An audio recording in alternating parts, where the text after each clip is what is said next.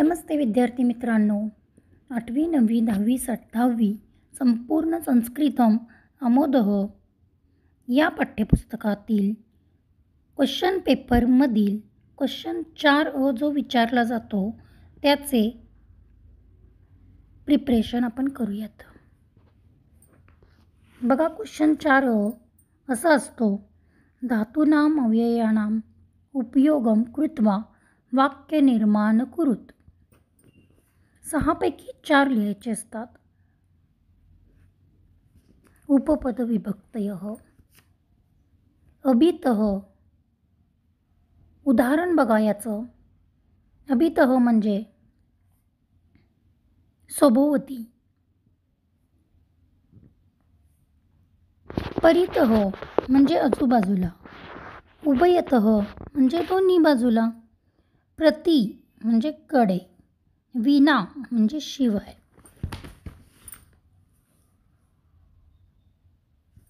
सह म्हणजे सोबत. अलम म्हणजे पुरे, बास असं.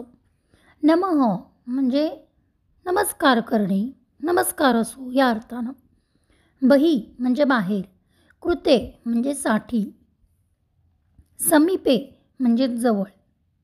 ऋते सोडून. ऋते म्हणजे काय, तर सोडून. उदाहरणं बघूया आता.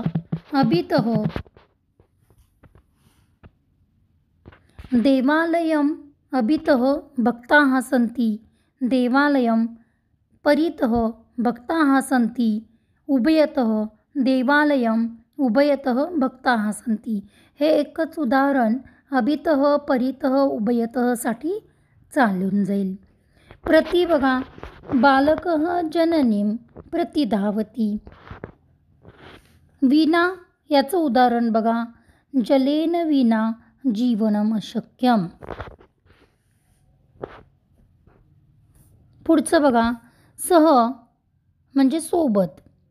रामः अक्षयेन सह खेलती. अलम म्हणजे पुरे. अलम म्हणजे काय, तर पुरे, बस असं. अलम खादनेन, अलम निद्रया अशी तुम्ही याला उदाहरणं लिहू शकता. नमः गणेशाय नमः अशी उदाहरणं लिहा. शारदायै नमः अशी ह्याची ही नमःची ही 2 उदाहरणं लिहा. बही बही म्हणजे काय, बाहेर. माता गृहात बही गच्छती. आई घराच्या बाहेर आली. कृते म्हणजे काय, साठी. साठी म्हणजे काय, कृते म्हणजे काय, साठी. याचं उदाहरण बघूया.